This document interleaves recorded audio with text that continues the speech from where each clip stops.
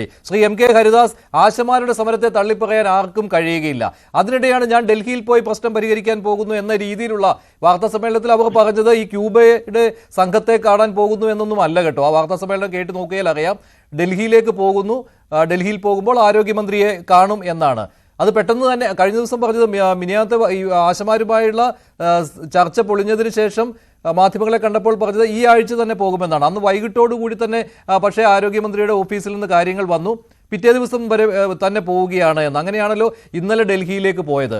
പക്ഷേ അതിനിടയ്ക്കാണ് ഈ ക്യൂബൻ സംഘത്തെ കാണുക എന്നുള്ളതാണ് മുൻഗണന എന്ന രീതിയിലുള്ള കാര്യം വെളിയിലേക്ക് വന്നത്. ആ ജാള്യത മറച്ചു വയ്ക്കുന്നതിന് വേണ്ടിയല്ലേ ആരോഗ്യമന്ത്രിയെ കാണാൻ സാധിക്കാഞ്ഞിട്ട് കൂടി ഇന്ന് മാധ്യമങ്ങളോട് ശോഭിച്ച് സംസാരിച്ചത് നമ്മുടെ ആരോഗ്യമന്ത്രി? ഇതൊക്കെ മനസ്സിലാക്കാൻ വേറെ എവിടെയെങ്കിലും പോകേണ്ട ആവശ്യമുണ്ടോ? ഈ ആർക്കാനും വേണ്ടിയിട്ട് ഓക്കാനിക്കുക എന്നുള്ളൊരു പഴഞ്ചൊല്ലുണ്ട്. ആർക്കെങ്കിലും വേണ്ടിയിട്ട് നമ്മൾ ഓക്കാനിച്ചിട്ട് കാണിക്കുക.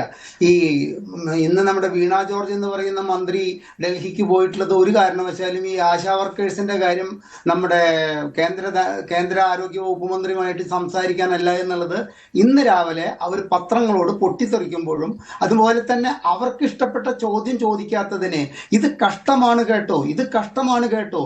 ഒരു ആരോഗ്യ വകുപ്പ് മന്ത്രിയോട് ഒരു മാധ്യമ പ്രവർത്തകർക്ക് ഇന്ന ചോദ്യമേ ചോദിക്കാൻ പാടൂ എന്നുള്ളതില്ല. അതും 40 ദിവസമായിട്ട് വെയിലത്തും മഴയത്തും അബലകളായിട്ടുള്ള കുറച്ച് സ്ത്രീകൾ തങ്ങളുടെ അവകാശങ്ങൾ നേടിയെടുക്കാൻ വേണ്ടിയിട്ട് സെക്രട്ടേറിയറ്റിന്റെ പടിക്കല് സമരമായിരുന്നു. അതിപ്പോ നിരാഹാര സമരത്തിലേക്ക് എത്തിയിരിക്കുന്ന ഒരു സാഹചര്യത്തില് ഒരു ആരോഗ്യ വകുപ്പ് മന്ത്രിക്ക് ഇഷ്ടപ്പെട്ട ചോദ്യങ്ങൾ ചോദിക്കണം എന്ന് പറഞ്ഞു കഴിഞ്ഞാൽ അത് ബുദ്ധിമുട്ടുള്ള സംഗതിയാണ്. എനിക്ക് അവരുടെ ഇത് കഷ്ടമാണ് കേട്ടോ, ഇത് കഷ്ടമാണ് കേട്ടോ. ഈ ആരോഗ്യ വകുപ്പ് മന്ത്രി കേരളം ഭരിക്കുന്നത് കൊണ്ട് കേരളത്തിലെ ജനങ്ങൾ അനുഭവിക്കുന്ന ദുരിതങ്ങളെക്കാൾ വലിയ കഷ്ടമൊന്നും ഇന്ന് മാധ്യമ പ്രവർത്തകരെ അവിടെ ചോദിച്ചിട്ടില്ല. ഒരു നമ്മുടെ സ്റ്റേറ്റിന്റെ മന്ത്രിക്ക് അറിയില്ലേ, കേന്ദ്രത്തിൽ പോയിട്ട് ഒരു മന്ത്രിയെ കാണാൻ തലേ ദിവസം രാത്രി ഒരു ലെറ്റർ കൊടുത്തു കഴിഞ്ഞാൽ കേന്ദ്രത്തിന്റെ ഈ ആരോഗ്യ വകുപ്പ് മന്ത്രി ആയാലും ധനകാര്യ വകുപ്പ് മന്ത്രി ആയാലും കാണാൻ കഴിയില്ല എന്നുള്ളത് അറിയാത്ത ഒരു വിഡ്ഢിയാണോ ഈ ഒരു മാധ്യമ പ്രവർത്തക കൂടിയായിട്ടുള്ള ഈ ആരോഗ്യ വകുപ്പ് മന്ത്രി?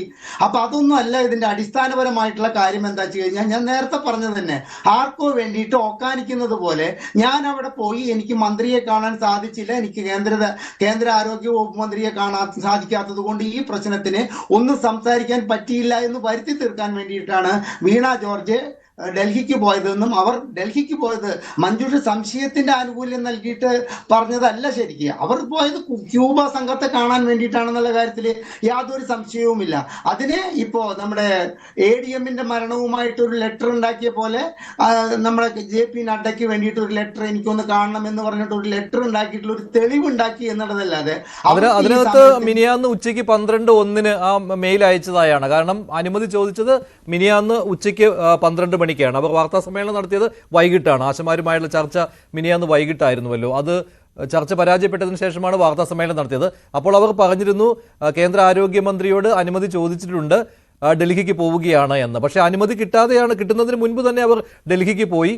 അത് ക്യൂബൻ സംഘത്തെ, അതായിരുന്നു പ്രയോറിറ്റി. എന്തായാലും ക്യൂബൻ സംഘത്തെ കാണുക എന്നുള്ളത് തന്നെയായിരുന്നു.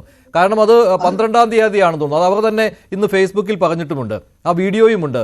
സ്പീക്കർ AN ഷംസീർ നിയമസഭയെ അറിയിക്കുകയായിരുന്നു 3 മന്ത്രിമാർ ഉണ്ടാവുകയില്ല ഈ ദിവസം, അത് ഡൽഹിക്ക് പോവുകയാണ്. അതിനനുസരിച്ച് നിയമസഭയിലെ പ്രൊസീഡിങ്സ് അതിൽ ചില മാറ്റങ്ങൾ വരുത്തുന്നതിനെ കുറിച്ചായിരുന്നു അദ്ദേഹം അന്ന് പറഞ്ഞത്.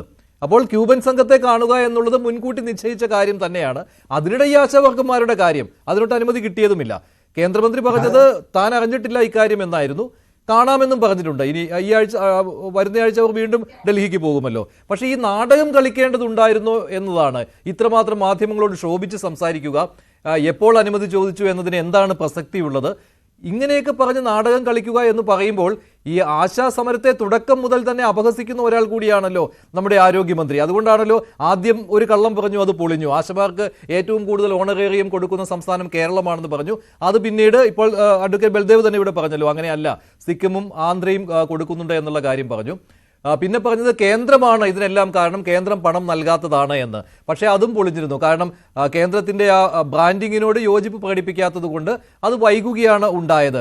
പിന്നീട് വൈകിയാണ് ഈ ബ്രാൻഡിങ്ങിനെ കുറിച്ചുള്ള നിലപാട് കേരളം മാറ്റിയത്. അപ്പോഴേക്കും സമയം കഴിഞ്ഞു പോയിരുന്നു. അപ്പോൾ ആ കള്ളവും പൊളിഞ്ഞിരുന്നു.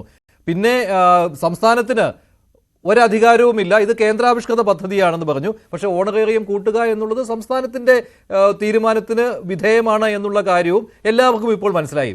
അപ്പോൾ കള്ളങ്ങളുടെ ഒരു കൂമ്പാരം തന്നെ നിരത്തുകയായിരുന്നു. ഇപ്പോൾ കൂടുതൽ രാഷ്ട്രീയ ആരോപണങ്ങൾ വരികയാണ്. ഇതൊരു മഴവിൽ സഖ്യമാണ് ഈ സമരം നടത്തുന്നത് എന്നൊക്കെ പറഞ്ഞ് കുറേയേറെ സംഘടനകളുടെ പേരുകൾ കൂട്ടിയോജിപ്പിച്ച് പറയുകയാണ്. പക്ഷേ കേരള സമൂഹം ഏറ്റെടുത്ത ഒരു സമരമാണെന്ന് എന്തുകൊണ്ട് ഇവർക്ക് ബോധ്യമാകുന്നില്ല എന്നാണ്. അനന്തകുമാരി, ഇപ്പോൾ